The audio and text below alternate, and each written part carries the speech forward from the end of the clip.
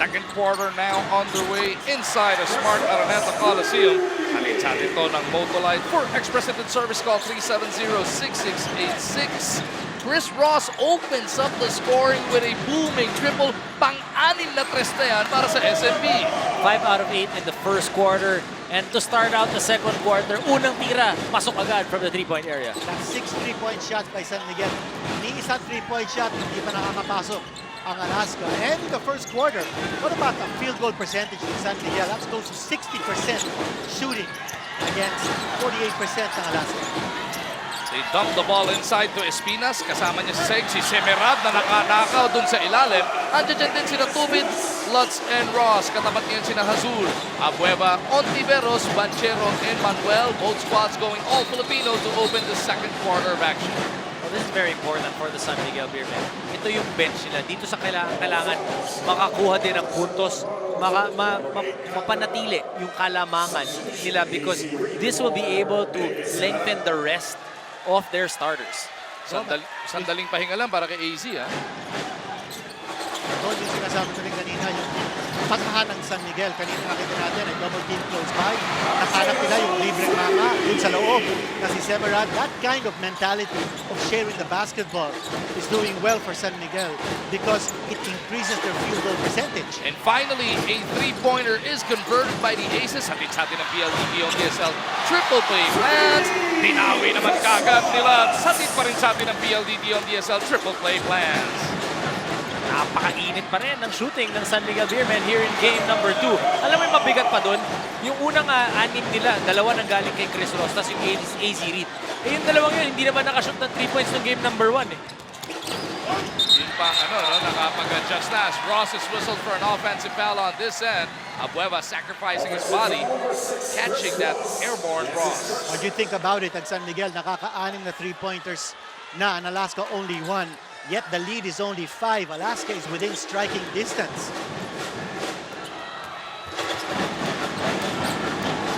Azul may tangan ng bola. Abueva to Manuel looking for the opening. Banchero has Ross right in front of him.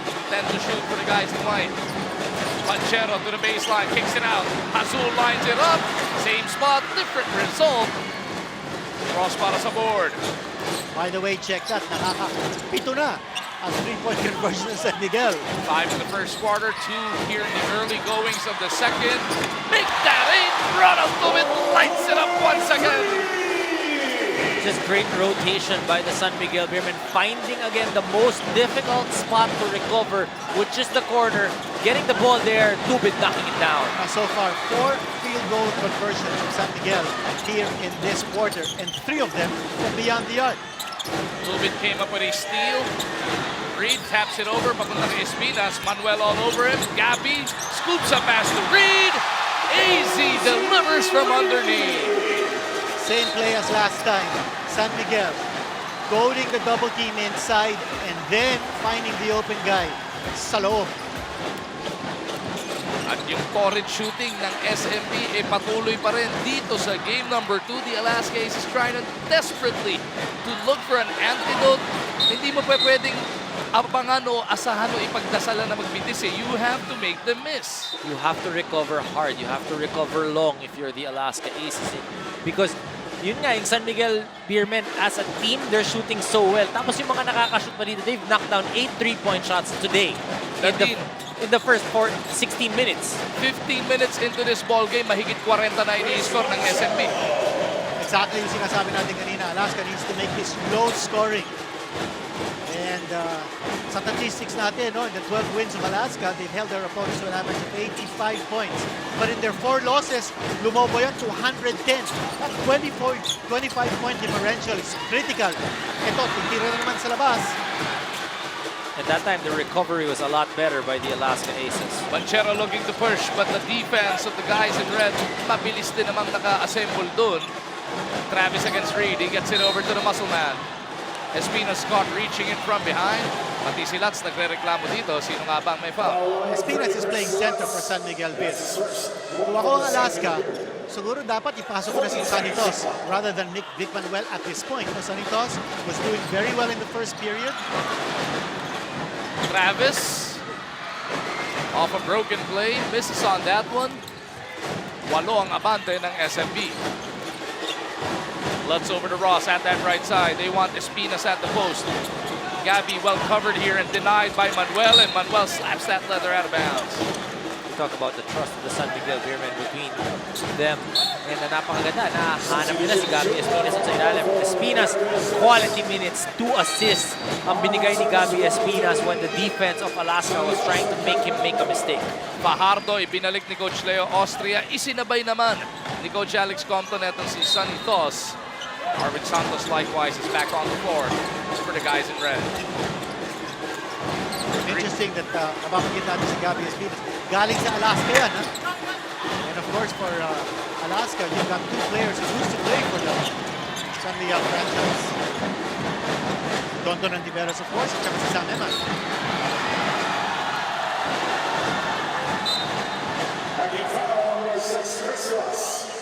Ross whistled for that foul, his second personal. As Lassiter's making his way back into this game. Ipapasok yata ni Coach Alex for the first time. Ito namang si Eximiliano.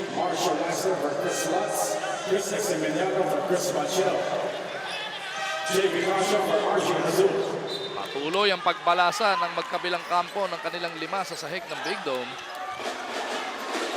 Tosses with Manuel, Travis, Casio, and Eximiliano. Travis backing down and fading away over Reed. Ball ends up with Santos. Kasama niya sila Ross, Lassiter, Fajardo, and Reed. Makita natin si Travis hirap na hirap to be able to post up, get off a decent shot against Arizona Reed. And then you see Arizona Reed doing the same thing to Travis. But I think Reed is more accustomed to that kind of power playing. Back to a double-digit spread para dito sa SMB.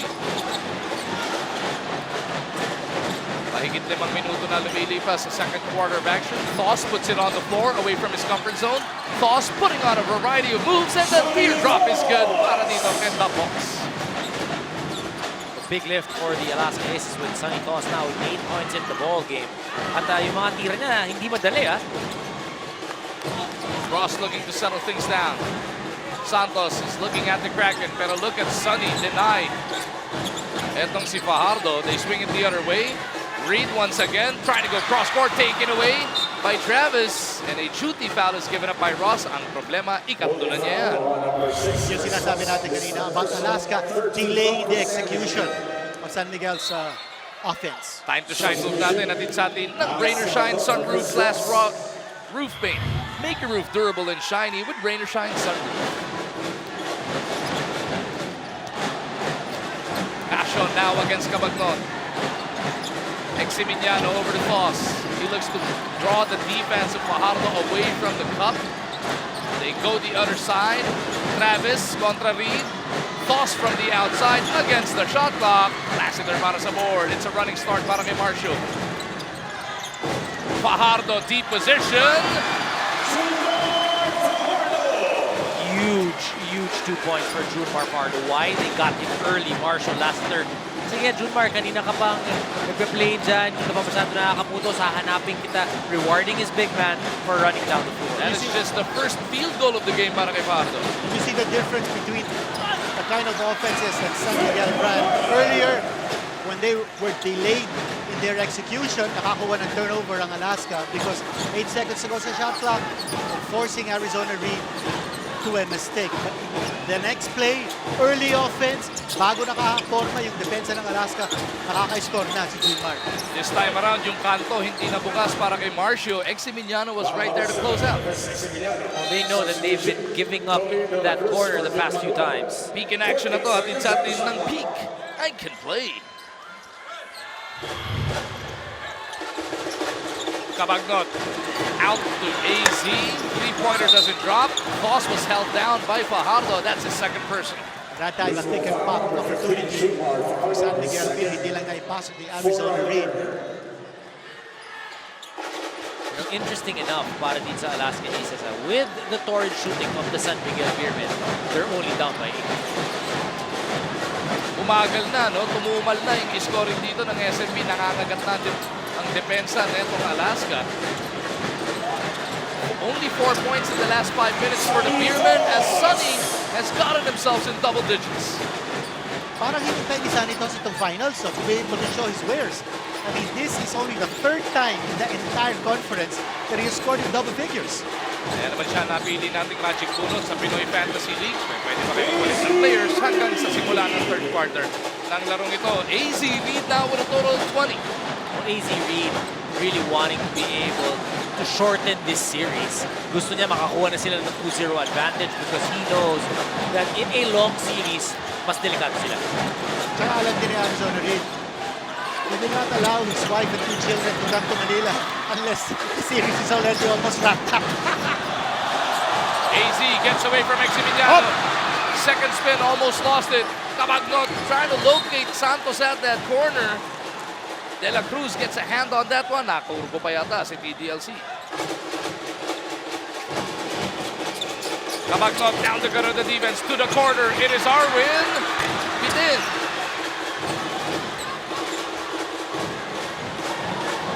The Aces within 8. Travis couldn't bring them to within 6. Cabagnot in the front court, kaso walang kasabay rito. Alex requesting for timeout with 3:31 remaining in this first half. 47-39. It is SMB by 8 points. 52 and 88. Yan.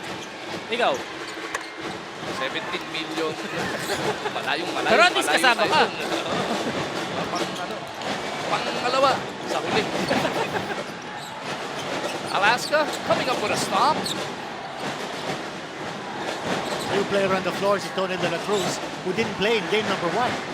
Eximiliano over to Cacho. Kloss trying to offer that pick. Dude to shoot. Cacho's got to go.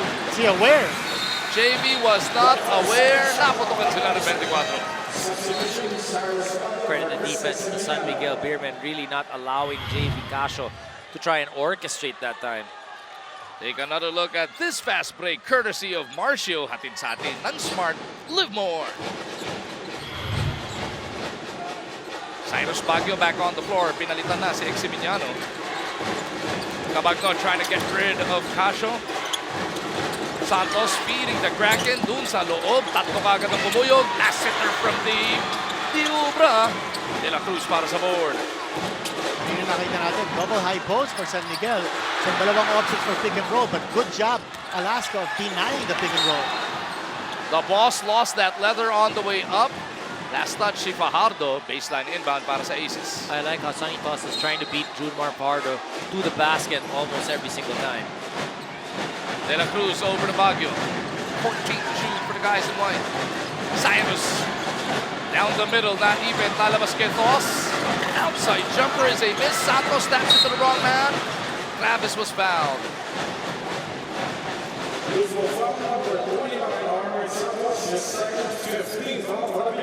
Attention PLDT home and smart subscribers. Enjoy entertainment everywhere with the country's biggest selection of videos on demand from iFlix.